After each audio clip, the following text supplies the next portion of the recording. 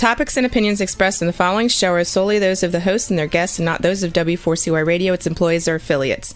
We make no recommendations or endorsements for radio show programs, services, or products mentioned on air or on our web. No liability, explicit or implied, shall be extended to W4CY Radio or its employees or affiliates. Any questions or comments should be directed to those show hosts. Thank you for choosing W4CY Radio.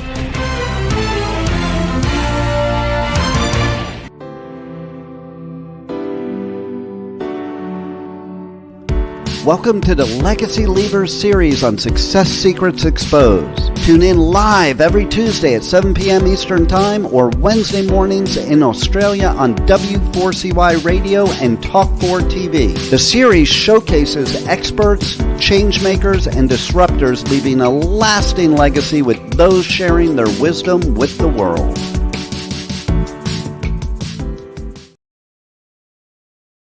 Good morning, good evening, and welcome to the Success Secrets Exposed show.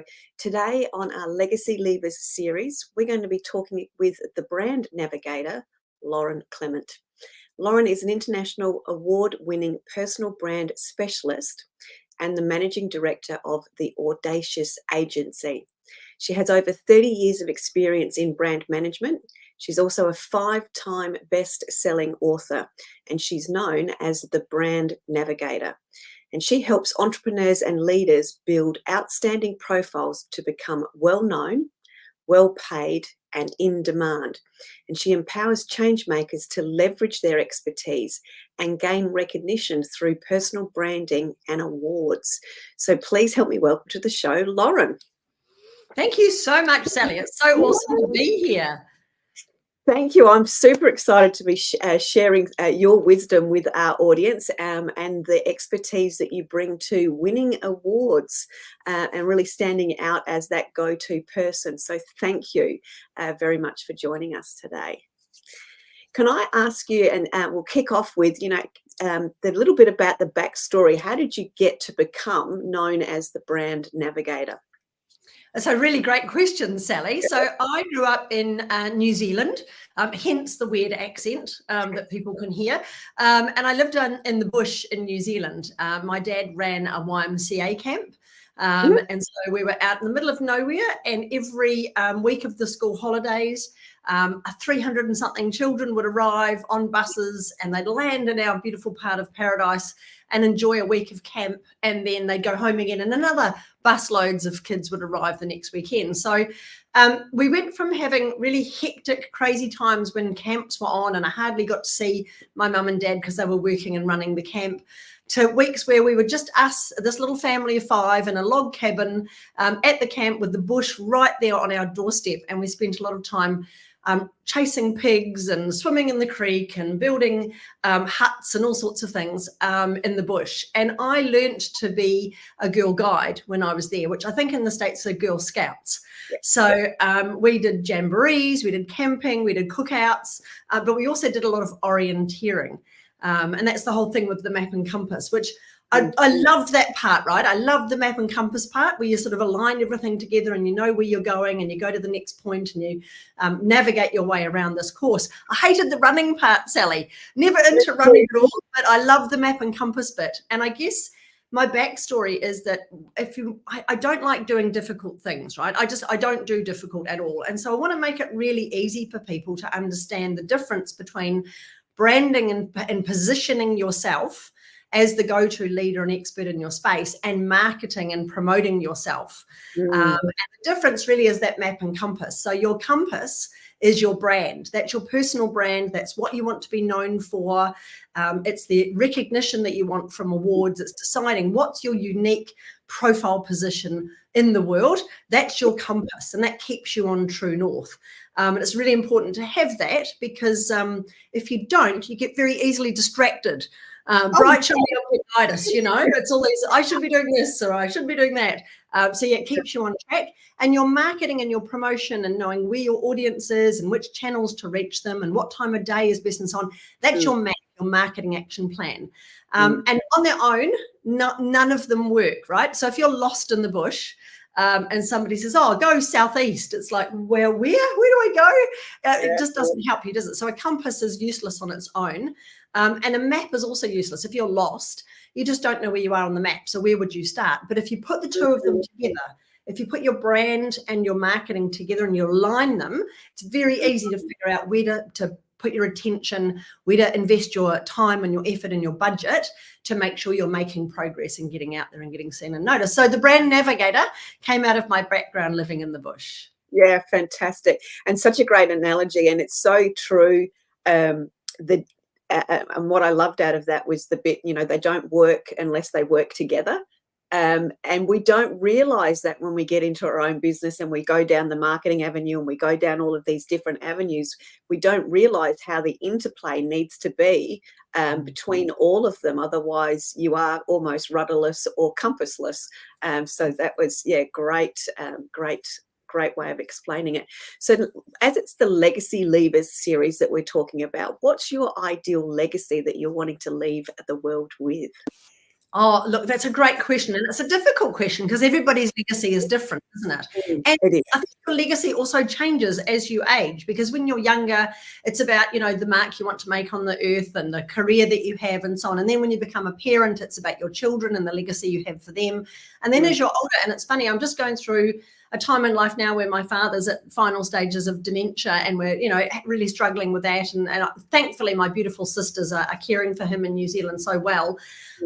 But you talk about the legacy. And if I think about it, when you leave this mortal coil, when we all eventually shuffle off, regardless of what you believe in, there's a memory of you. There's an imprint and an impact that you made on the lives of others. So I guess legacy to me is, what do you want to be remembered for? But more importantly, how do you want to make people feel?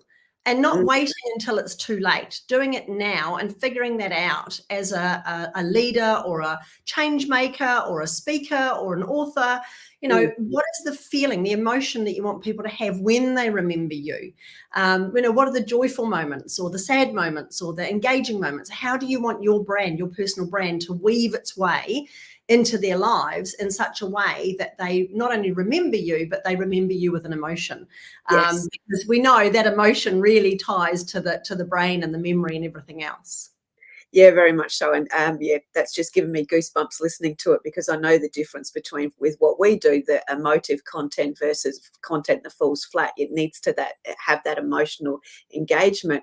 But you've taken it to that next step of, yes, we've got the emotional engagement, but that feeling that you're leaving people with, that inspiration, that, the possibility of transformation and all that for themselves. But there's also the emotional connection that they've had with you as well. So you talked about finding the true north, and how can individuals combine that true north and these emotional elements of the personal brand and bring that to fruition online? Yeah, I love it, Sally. So this is very much my passion, which is neurobranding. So I was very fortunate. I got to work in world-leading advertising agencies before the internet, so that shows you how old I am. But I got to work at Saatchi's and Ogilvy's and these amazing creative, world-leading agencies when they were top of their field. And in that world, I got to learn a lot about how a brand can create an emotion, but it can embed itself into our psyche and into our memory and create that long-lasting loyalty that you're after, because it's harder and harder to win over a customer, especially online, right? So you've got to make all these points of contact. You've got to create engaging content. You've got to surround your audience. You've got to do all these things to try and get someone into your world, and then convert them into being a client to give you the money to earn the services or the products that you're selling. Yeah. So to do that's quite a bit of effort, right? The last thing you want to do is then lose them out the back door because they bought that thing from you. That was lovely. Thank you very much. And they're off. Yeah. So you need to create that lasting legacy with your brand so that you are constantly engaging and retaining those clients, and then having them talk to other people. One of the best forms of marketing is word of mouth. And it's it's perfect for 3 reasons. Number one, it's free. And all the advertising agencies I worked for hated it because they couldn't charge for it, right? They created these amazing brands and created brand awareness and couldn't charge for that free marketing that was created through word of mouth. Secondly, it's a third-party endorsement. It's somebody else saying how awesome Sally is, or how great Bill is, or how fabulous John was, at what they did and what the great results were that I got from working with them. So it's that other person giving you that testimonial. And the third reason why word of mouth marketing is so good is that it's a ripple effect. So it's somebody who knows someone who used to use that person, and now they're a great mechanic, or they're an awesome hairdresser, or whatever it is that you do. And you've earned that by referrals. And my hairdresser, everyone comments on how fabulous my hair is, and it's wonderful, thank you very much. But my hairdresser does not advertise. She's got a little studio at the bottom of her house, and she just works off referrals, and she is constantly busy because she only takes people who've been referred to her. You can't just cold call and walk up to her door. So it is about that whole idea, Sally, of positioning yourself and knowing what it is that you want to be known and liked and trusted for, and making that decision. And it's very difficult when you've got an entrepreneur, and we've got entrepreneurial brains, right? Entrepreneurial brains are different, right? We've overcome that fear center in our brains that keeps people tied to a safe, steady corporate job, right? It's called the amygdala in our brain, our fear center. And we've got superhuman brains. We've overpowered that fear center and said, no, I'm going to go out on my own. I'm going to be a leader. I'm going to be an author. I'm going to be a thought leader. This is what I'm going to do. I'm going to be an entrepreneur. So you've overpowered that fear center. You're a superhuman, which is awesome. The trouble is with superhumans, you also get the kryptonite. And the kryptonite is that bright, shiny objectitis, right? That, oh my goodness, I can do all this stuff. We're very adaptable. We're very agile. We make these spur-of-the-moment decisions. So I guess it comes back to that true north. Does it fit with my brand? Is this where I want to be going? Is this going to get closer to my goal, or is this just a distraction? So, and when it comes to awards, it's the same thing. What do I want to be known for? Is it for my innovation? Is it for as entrepreneur of the year, or mum of the year, or solo business person, or maverick, or, what do you really? Wow, yes. Yeah, choose that. Put a line in the sand, choose your true north, and then absolutely nail down and go for it. And it's not easy to do, Sally. A lot of people go, oh, FOMO. If I choose that one thing, I'm going to miss out on all this stuff. The others, yeah. But it's interesting, isn't it? When you do that, when you make that decision, this is what I want to be known as, this is what I want to be known for, you shut all these doors, these opportunities, and massive doors open, and huge opportunities and partnerships and affiliations. And all of a sudden you're in a whole realm where everything is easy and it's just in flow. So yeah, absolutely. It's finding that true north. Yeah, I love that, because with that true north and the example of the shutting of the doors, because as you were talking about shutting the doors, I sort of had my own reflection of, yes, when you shut the doors, things speed up, but because speed's one of my things, but it's actually not just it's not actually speed. It's actually everything magnifies, because you've shut the doors and you've just got this magnification of you standing in your place, in your spot, in the spot that you want to be known for. And it's that the people are knocking on your doors. And as you said, it's those big doors are opening for bigger opportunities.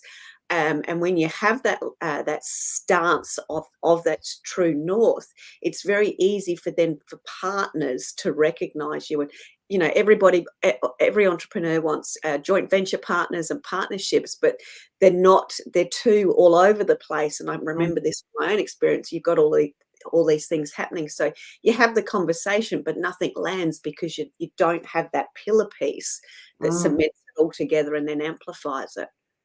Yeah, wow. Yeah, there's nothing worse than getting a business card from somebody that's got one business on one side and you turn it over, it's got a different business on the other.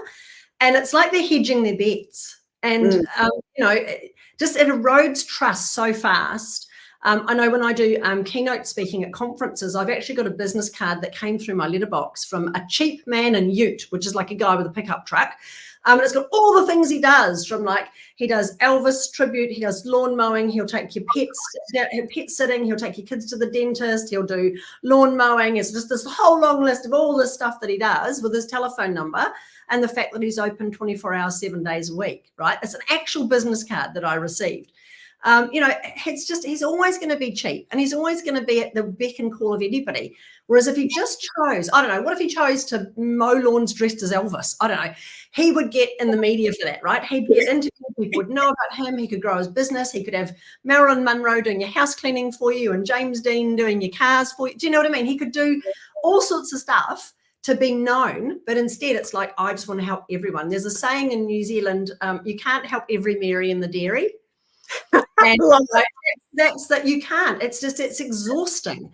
And it comes from people pleasing and all that sort of stuff. But I guess that's the power of neurobranding is, inside our brains, we have a way of remembering things. And there's, how if you ever wanted a particular make or model of car and you went, right, I want a BMW or I want a whatever it was, I want a Mazda 3 or whatever. All of a sudden, you would see lots of those around the place, right? Yeah. So there's a process in our brains because our brains can't deal with all this content that's coming at us left, right, and center. We filter stuff out. The minute you tell your brain, this is what I'm interested in, it'll tell you, oh, look, there it is over there. There's the ad for it. So, that's what happens, right? And it's the same as what we were just talking about. When you've got that pillar, when you've decided this is what I want to be known for, all of a sudden, there's podcasts that want authors. There's people who want authors to come and speak. There's someone who wants authors to run coaching sessions and workshops. There's all this stuff out there I didn't even know existed, but it's because you've basically told your brain, I'm interested in that. That's where I want to position myself. And now all those opportunities and all those doors open for you. Okay. Yeah, I've got reflecting back and I'm having a giggle. When I started, I'm going to say 20 years, we won't go any further than that. And I was the thing for everybody. I remember people, and I did used to get referred a lot, but I'll tell you what the referral message was. And as a result, there wasn't a lot of uptake because of, and that was Sally's really, as a referral, it would be Sally's really great. I don't know what she does, but she's a really great person. So that's nice for coffee and kisses, but it's not nice when they can't explain you. And the reason they couldn't explain me is because I couldn't explain me either at the time. But when they go to try and help you, because people do love to help you, people love being that word of mouth service for you. If they like you as a human being, they want to be able to talk about you. But when they don't know what to talk about you because there's no North Star, they'll still try to do something to help, but it's not helpful because we haven't helped the helper because we don't have that piece. I love that, Sally. Do you want coffee and kisses or do you want to earn an income from doing what you love? I mean, hello, there's no brainer, isn't it? The same thing happened to me once, Sally, when someone once introduced me to speak at an event. And it was very early on in my speaking days in Australia. And stupidly, I hadn't really given her a bio. And now everyone gets a bio. And she basically said along the lines of Lauren's an entrepreneur. The word she used was she's dabbled. Lauren's dabbled, and I never dabble. Dabbling is not my thing. I'm 110% focused on doing what I'm doing and doing it really well. So when I heard it, I went, right, I have to change. I'm never again going to go to a situation and not go, here's what I want you to say about me. So it's a good point, Sally, is when you do decide, this is what I want to be known as, this is my thing, this is my identifier as a personal brand, then it's really easy for people to refer to you, and it's really easy for you to say, hey, here's what I do. Here's what I'm an expert in. Here's my specialist niche. This is what I love doing. Therefore, do you have people who need that? Because I'm the right person for that job. And those referrals, that word of mouth marketing is it's like steroids. It's just amazing. And if you can build that as, I call it an avalanche of influence. So imagine really what we are as experts is we are here to help people climb a mountain, right? And we want to target the people who are already on our mountain. So we're not dragging them up and we're not tracing all over the countryside after people. It's just the people who already want what we have, right? And all we're doing is giving them a hand up to say, yep, I can help you do that. And the way to do that is by as you say, choosing what your mountain is and going, this is what I'm here for. And then at the very top of your mountain are the people I call the KOLs, the key opinion leaders. The influencers out there in your market and in your industry. You probably only need maybe 6, maybe 10 really awesome people. And they're not in your industry, or they're in your industry and they don't do what you do, and they have your clients. So you're somewhere in the food chain. So maybe you mow lawns dressed as Elvis. So you'd be talking to the local real estate agent. You'd be talking to the guy who cleans the pools or paints the houses or washes the dogs. So you would be talking to those people to say, hey, I do this. I don't do what you do. I know people who need what you have. You have people who need what I have. Let's do some referrals together. Yeah. So it's just building that avalanche of influence with a few key people. If you're an author and you want to get on stages speaking, it might be that you talk to someone who's a publisher. You might talk to someone who does radio shows. You might talk to someone who does marketing or SEO to go, hey, here's what you need as part of what you do. Here's what I do. Let's do something together. Yeah. And it's a really awesome. You only need to identify, like I say, maybe half a dozen people and build those relationships. And that's where the magic and the amplification absolutely totally occurs. Yeah, for sure. Yeah. So let's talk about awards, something that is incredibly amplifying as it relates to building credibility. I know some people are frightened of, putting themselves out there to win awards. So let's talk about awards in general. What can it do for a brand, and what do the regular people and the audience listening to us that are going, oh my God, awards, what do we need to overcome to be able to nail this opportunity? Absolutely. So I'll take you back to when I was working with Saatchi and Saatchi's in Wellington before the internet. They had a little room called a creative lounge. And it was where all the creatives could go and have a cup of coffee, and they'd meet with the account managers and get a brief. And I'd often, as a production manager, be there making sure everything was right and getting the budgets right and so on. And it was a tiny little room, and it had this beautiful kidney-shaped old-fashioned coffee table, like from the 70s. And it was inlaid with power, these beautiful abalone shells. It was just gorgeous, this beautiful table. And on the there were these big lounge chairs, and then there were these big bins, like is it Grover from Sesame Street lives in a trash can? Like those sort of big bins, yeah? And they were full of trophies, like these ones behind me, absolutely overflowing with Cannes lions and D&D pencils and, these big trophies and awards. And on the walls, they had all these certificates like what I've got, but there was no room left. They had so many awards that all the certificates were like right next to each other. And they'd installed these spikes on the wall, and they were basically impaling the certificates onto the spikes because they'd run out of room to put them into frames, right? So this was the level of the awards that the agency was winning. They were right at the top of their game. Kevin Roberts was on the show, and it was just a phenomenal time to be in advertising. It was great. But it gave me the impression that awards were just a bit of an ego trip, right? They were just this thing that was like, what's going on? This is just a big whack. No one really takes this seriously. It's just, it's too much show. So I had a really bad impression about awards until when I was working with the direct marketing part of that business. We won an award for effectiveness of one of the campaigns. And that really sung to me. That was, okay, so this is an advertising effectiveness award. This isn't just, hey, it's a nice looking ad and it's created brand awareness and so on. This was an ad that created X number of calls that converted into X number of sales. So there was a definite chain of effect, right? And that got me thinking. And when I went for my first ever award for myself, it was a Stevie Award for Women in Business. I've got it here somewhere. It's a 2016 little thing in a box I've got. And to me, I thought, I'll give it a try and see what happens, right? No real deal. Just let's see what happens. When it actually occurred that I won a Silver Stevie Award for my neurobranding process, which was something I had created from nothing. Other than my expertise and my passion for helping people. And I got the judges' feedback that was saying, this is amazing. You're making accessible stuff that would normally, they'd have to go to a big agency for. You've got amazing results. People are doing incredible thanks to your guidance and your mentoring and your coaching. And I was like, oh, I did that. It was awesome, and goosebumps, and there was a swelling of pride. And it gave me the confidence to say, you know what, I've got something here. And that was like 10 years, what was that, 2016 that happened. So so a long time ago. So I then built my agency, and then I got into awards with the Audacious agency, and we've started to just get addicted to awards, because what we've seen with them is not just the fact that it can give your business or your coaching or your book or whatever you're creating that level of credibility and visibility, but also from a tangible point of view, we've seen people increase their prices, they've increased their turnovers, they've got speaking gigs, they're being invited to business deals that they never would have been able to have access to before. Peers in their industry are starting to recognise them.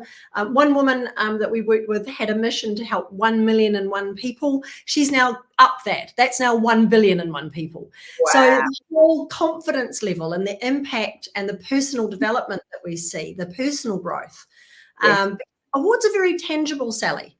Yes. They're not like some airy-fairy SEO and digital stuff that's happening. They're very tangible. You can physically put your hands on your trophy and give an acceptance speech. And we've seen people literally grow on stage as they give these acceptance speeches in their self-confidence. And now they're confident to be out there on Instagram and on live video and speaking and talking about their business and really promoting what they do. So awards have really changed my life in terms of my attitude towards reflecting on what you've done and stepping up for that recognition, but also in the ability to grow self-confidence and grow personal brands. And I do know that there's definitely a difference between how we treat them here in Australia and how awards are treated in the US. And it's a different mindset.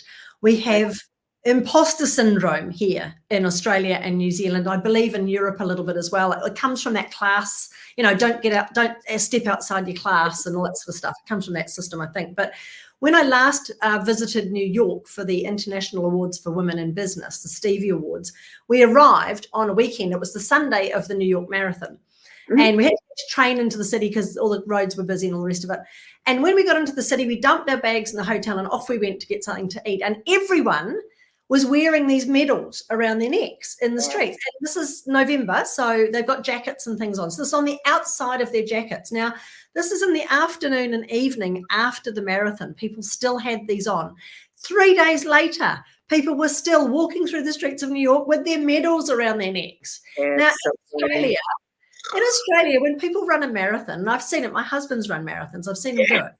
He gets up the marathon, gets through, he's all sweaty, gets the medal around his neck, gets a photograph, takes it off, puts it in his pocket, and no one sees it again. So there's this definite difference between, building up success and celebrating success and saying I'm a winner and being very proud of that and displaying it openly in the States versus where we are in Australia and New Zealand and so on, where you don't talk about success as much. So I agree with you, Sally. There's definitely a mindset shift that I'd love to see take place as well. Yeah, I've definitely seen that aspect with my clients, the difference in that, I'm going to call it the pride. And I think pride can be seen as a negative word, but I see, for me, when I'm in that US market, you can feel the pride ooze. It's just different. It is actually celebratory. It is camaraderie. It is that growth that comes out of the people. Whereas here, as you said, and I've seen my son do it too when he's won an award, and I've done it myself. Takes it off, puts it in your pocket, or it hides in the corner. I know with the very first award I won, it took me ages to actually display it, and I think it was 3 months before I mentioned to anyone that I'd actually done anything with it. And then you sort of mention it to the right person, and then there was, for me, it was I mentioned it, and then there was a ripple effect, and it was like, well, we can call you that. And I was introduced as an award winning, and it was like, oh my God. And I had that cringe element, and then grew through that, as we all do. And then just started to really see how, from a credibility and positioning piece and just setting you apart in a crowded marketplace, what that did when one person, which wasn't me, said she's an award-winning X, and how that just transfers into that growing that trust. So yeah, I'd love to hear some more stories around, the overcoming of that you've seen here in Australia, because I think we're missing an opportunity for other people to actually celebrate our successes. So we need to grow into that. I feel that for myself. And with the celebration of others is where this magic happens. Yeah, absolutely. And it's funny, we talk about leveraging awards. So it's not just entering awards, because There's no guarantee. We don't go with awards to help people that are pay and win. Do you know what I mean? We go with very authentic awards that have a judging process and so on. Yeah. So there's no guarantee to get a win. We've got a 97% success rate at getting people through to finalist status, which is awesome. We never guarantee a win, but we always guarantee that regardless of the outcome, you can leverage this journey. And it's, as you say, Sally, it's that growth journey. It's what you've learned. Not very often do we sit in our businesses and reflect on what we've achieved. Quite often it's about what's next and what's in the future. Yes. Entering awards gives you that amazing ability to just collate everything from the past couple of years and go, well, why am I here? You know, what is my, how have the team grown? What's the results we've got for our clients? You know, what's some of the impacts that we've had, and to reflect on that. And then when you're entering those awards, a lot of people go like, submit, there's my thing, it's in, and they go, right, I'm not going to think about that until they're announced. I'm not even going to hope. We actually are starting now with our clients to start promoting the fact that they've even been submitted into awards. So as soon as it's in, we give them graphics and so on with the award details, because it's, as you say, it's branding by association. Yeah. You know, the minute that you've got an award logo or something on your footer or on your social media, regardless of whether you've won or not, it's still that branding by association. People go, oh, you're involved with awards. And I'll tell you another funny story. Sure. I met Matt Elderton the other day. I was speaking at a conference with him, and he started the BX networking here in Australia, and he's now got the BX Awards. Yeah. And he said before BX, he used to have a Subway franchise. And he was at a conference for Subway, and they had an awards evening and everything else. And he got his photograph taken sitting at one of the tables at the conference, and he just grabbed the centerpiece off the table. So it's like a candle and whatever stuff. He said, grabbed it and was posing with the candle. And I'm so pleased to be here at the awards. He was having a bit of fun. That was posted to social media, and within seconds, he had people congratulating him on his win.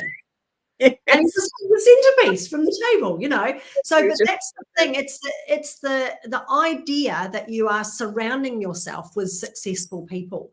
The logo, the award. I always suggest, again, a neurobranding tip here. Use those laurel leaves. You know, those beautiful laurel leaves that you see a lot on award logos. They translate into any language in terms of success. There was a beautiful billboard that I saw when I arrived in Guangzhou in China once. I don't speak Chinese. It was total Chinese, but it had these little laurel leaves on there. Oh, that's an award-winning company. Yeah. I don't speak the language, but I know that they've won awards. So yeah, absolutely. There's so many different ways of leveraging. It's like appearing in Forbes or on the ABC, you know, and you can use that logo. It's like that credibility that you're worthy of being on a media channel. Same with awards. You've won these awards. You're top of your game. You're top of your industry. And even if you're not top, it's fun. I mean, you've watched Oscar-nominated movies. Yes. Yeah. We've all bought a bronze-winning bottle of wine, you know, so you don't have to win. You know, you just have to associate yourself with winning. Yes, and creating that top of mind and that celebratory leveraging and networking that happens when people get behind you and start to tell the story from there. I think you've also just touched on a word there that I've written and put two big circles around. So that's sort of something significant when I've got it in my notes, is that ability to reflect. And I think, again, the US market do this very, very well. And we, in the Australian market, and I'm totally guilty of this myself, what's next, what's next, and you forget to celebrate and recognize and review all of the little small steps that have accumulated to where you are. So I think the awards process, yes, helps you reflect that. But what I'm hearing too is that the stories behind the stories, you know, that, you know, I was up and it was agonizing to write the awards, or I finally got this work, got it written, and you come up with this one-liner where you wondered where it actually came from because you've never actually said that before, but it's gold. All that stories is juicy emotional content that your audience will absolutely gravitate to because you're sharing a little piece of you. They've got you've got that opportunity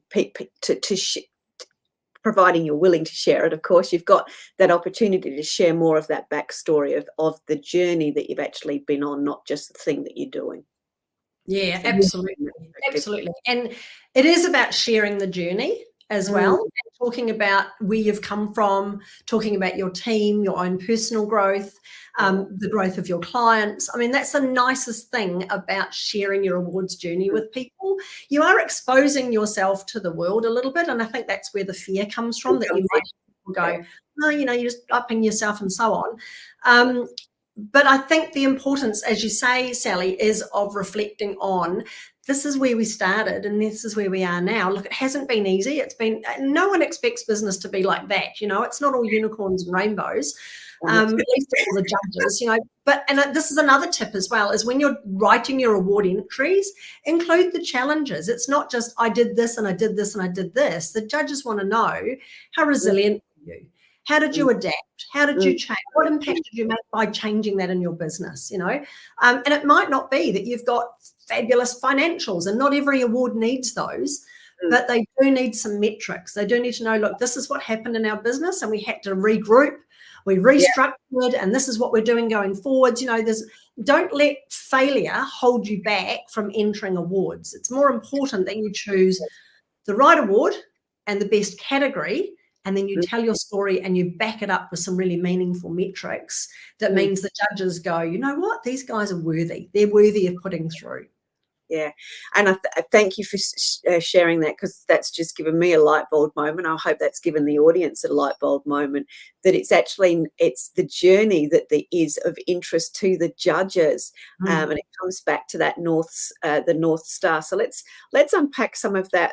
We've talked sort of about FOMO. We've talked about the bright shiny objects, and we've also talked about the compass and that, you know, North Star. So let's bring all of that together as it relates to finding the place for somebody to start, even if they're not yet as successful as they think they need to be. Let's give them some stepping stones.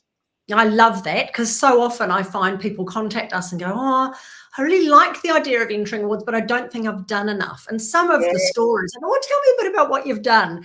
I remember one woman told me, oh, you know, we were very poor when we were growing up, and, you know, I knew I needed to get my family out of poverty. I loved maths at school. I thought I'll go and be an accountant, but then I learned you have to go to university for that. We didn't have the money for me to go to university, so I decided to get a job at McDonald's. And she never left McDonald's. She now owns 9 of them. Yeah.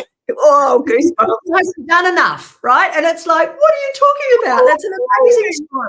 So, you know, the thing is, there are awards for everything. When you start looking into awards, and we've got a list of about 270 different awards that we work with, there are categories for startup. There are categories for micro business, for solopreneur, for mums in business. The lovely Kimberly Sumner came with us to New York that first year, I think it was 2017. And she won a Gold Stevie Award. So they're like the Oscars of business for a concept. Oh, no, so really? Launched the business. She just created the concept, and it was around closing the gender pay gap for women in corporate. And it was an amazing concept. She had everything plotted out. She had all the data and the facts around the impact it would make and so on. And she won a gold award for it. So yeah, don't think it's too early. If you've got an amazing innovation, or you've made an impact, or you've created something in your mind that you know is going to create an impact, you're a social change maker, you're a force for good, whatever it is, there's awesome categories out there for you.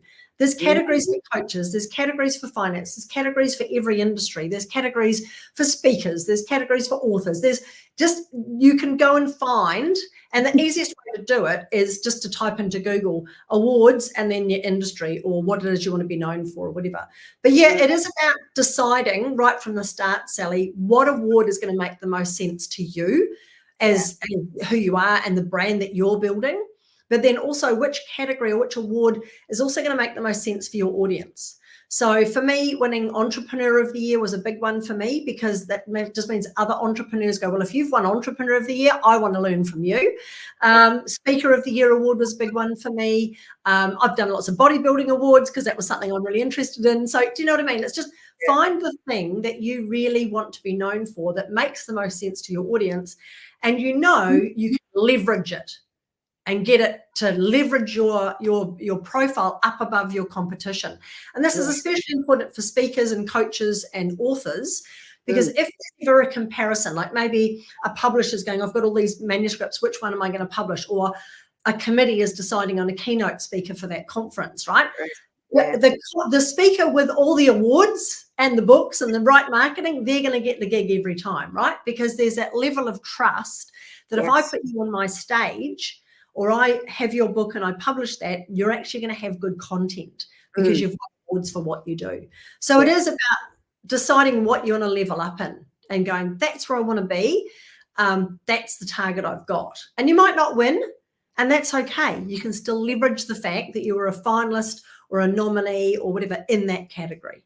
Yeah, and have all of that opportunity for reflection, because I myself that reflection that and then re-looking at that stuff, gets all of the juices going, and it creates more of opportunities or refinement, or you see new revenue opportunities, regardless of the story behind the story that you can then share on social media as well. Absolutely, Sally, for sure. And you'll love this as well, is what gets me a lot of the time is we write amazing award entries for our clients and we see them and the clients see them and the judges see them and no one else gets to see them. And when it comes to what you love doing most, you can imagine what you can do to repurpose that content and take it out of being an award submission into being blogs and articles and social media content. And it's just such good content that you already have there as well. Because as you say, how often do we take the time to sit and reflect on where our business has got to, or, our progress as an author or a speaker or a change maker? Yeah, absolutely. And that, I just think of, children, our kids, when we're talking about, what we've done, because, how often do the kids go, I don't know what my mum does, but she does blah. But when you've got some more context around it, they actually become quite celebratory as well. And they're curious and it helps them on their journey. So there's the ripple effect of different types of legacies as well. That's a slight tangent there. But there's the opportunity, I think, when you're able to stand in your spot, own your spot, win the awards and leverage it, you are actually, the ripple effects of that are so profound on so many people that you actually won't know the impact of those ripple effects. And that's the part of the legacy. Yeah. I remember one lovely Raquel Manning. She's in off-market property development and she's won multiple international awards now. And she said, what I really loved was when I got the trophy and I showed it to my dad, and my dad was so proud of me. And she's like the only daughter and her brothers were in the industry and she's the one who's been successful. And, she's fought her way through to be where she is. But her dad was her, he's her hero. So to have him really proud of her was amazing. Yeah, awesome. Thank you. Oh, goosebumps, more goosebumps. Now, we've got getting to the end of the show really fast, which is always good when you're having such a great conversation. So you've got a great resource on your website, which I'd love you to talk a little bit about, and also then let people know the best way they can get in contact with you so you can assist them in getting into the awards process. Absolutely, Sally. So yes, the award-winning workbook is available on our website. I believe there's a link here. So that's everything we talked about today. It's how to enter, win, and leverage awards. So it's not just how to enter them, but it's the whole process. There's checklists in there, there's templates, there's case studies, there's examples of support documents that you can use to give you ideas. Because another tip for you, if an award says the support document is optional, it's never optional. Definitely make sure you put a nice, beautifully created support document in with your entry, because often with award entries, you've got limited word count. And it's really lovely to say, we've done X, see support document. And there's where you put your photographs and your graphs and your images and your testimonials and all that other stuff. So there's everything in that one workbook. Helps you with checklists to decide which awards are best for you, what you want to be known for, so that very early stuff, but also right through to how to give a great acceptance speech, how to leverage it, how to turn it into all sorts of other content and so on. So it's all in the workbook. And yes, to work with us, we normally start with people by creating a strategic plan. So we look at where do you want to be positioned in the marketplace? What's your unique profile position? And then we'll select a year's worth of awards for you and the specific categories to go for, with the entry dates and entry fees and everything all mapped out. And then you can either go and do that yourself, or you can ask us to implement it for you. We've got a team of writers and creators, and we submit them all for you, and then we help you leverage them as well. So it's the whole process. But yeah, we normally start with getting really strategic, because you can waste your money and your time so quickly on stuff that doesn't work. We would rather you had a strategic approach to what you're doing so that you're leveraging every single step of your journey. Yeah, and if we go back to the very beginning of our conversation, and that you don't dabble, you're very strategic, and you've got your map and you've got your compass. That's what you're providing people, which does save incredible time, because if you don't have both and you're wandering around in the forest and you're going here, there, and everywhere, you are wasting an awful lot of time. So that strategic plan certainly would make such a huge difference, and then the opportunity for people to have a done for you solution as well. So awesome. And best place to contact you, Lauren? TheAudaciousAgency.com. And you can find me online as well. If you type in my name, I come up all over Google. If my personal branding wasn't out there, I'd be doing a really bad job of it, wouldn't I? So yeah, find me all over Google. LinkedIn. There's a LinkedIn newsletter we publish every week that gives people guidance and advice. A Facebook group called That's Audacious. But yeah, that's TheAudaciousAgency.com is probably the easiest place to go to. Beautiful. And any final words or tips for the audience? They can be Lauren Nag, because I'm very known for doing Sally Nag. So over to you for any last comments. The big thing around awards is just understanding that you as a leader have the most amazing natural gifts and talents that the world needs. You just need to get out there and shine. You deserve it. You deserve to be well known, well paid, and wanted. So don't hold back. Yeah, beautiful.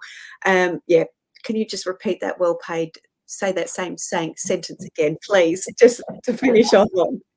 So the world needs what you have. You've got amazing gifts and talents, and you deserve to be well known, well paid, and wanted.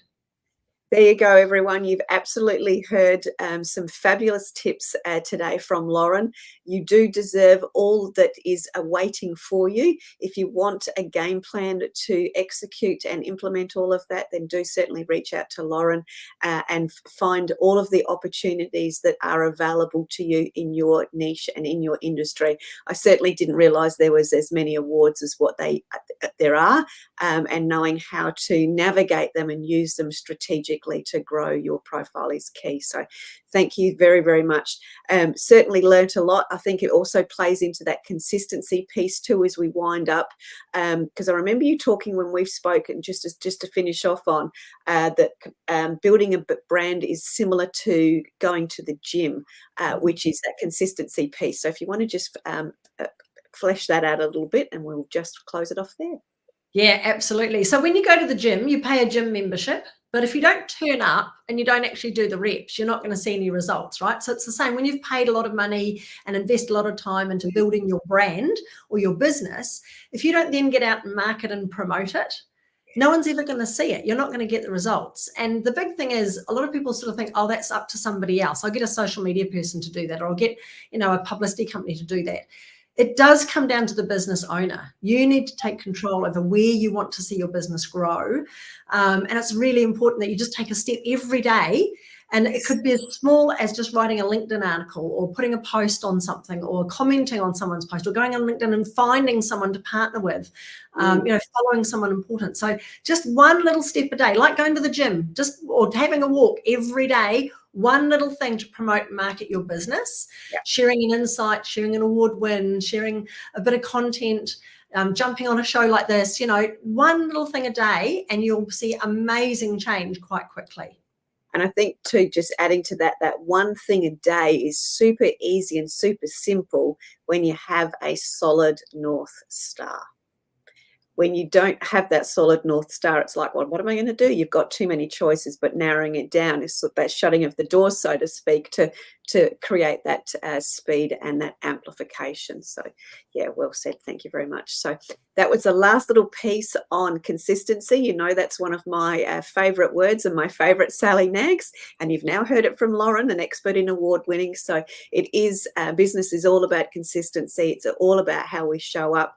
And the winning awards and the opportunities around awards and all of the scenarios there are great ways for you to increase your visibility, credibility, and profitability, as Lauren has shared today. So thank you so much for sharing all of your wisdom with us. Much appreciated. And we do suggest that you jump on the link and grab that workbook if you're wanting to take advantage of winning awards, etc. Lauren, thank you so much for joining us. Thanks, Sally. It's been an absolute blast. Likewise. Thank you. Look forward to seeing you all again on another episode of Success Secrets Exposed. Till then, see you later. Bye. Remember, if you want to be sought after and sold out, as well as being known as the obvious expert in your industry, you need to speak with Sally, our host of Success Secrets Exposed. Sally is the founder of Monetize Your Content, a done-for-you content marketing agency that helps you be easy to buy. See you next week on another episode of Success Secrets Exposed. Tune in live every Tuesday at 7 p.m. Eastern Time or Wednesday mornings in Australia on W4CY Radio and Talk4 TV.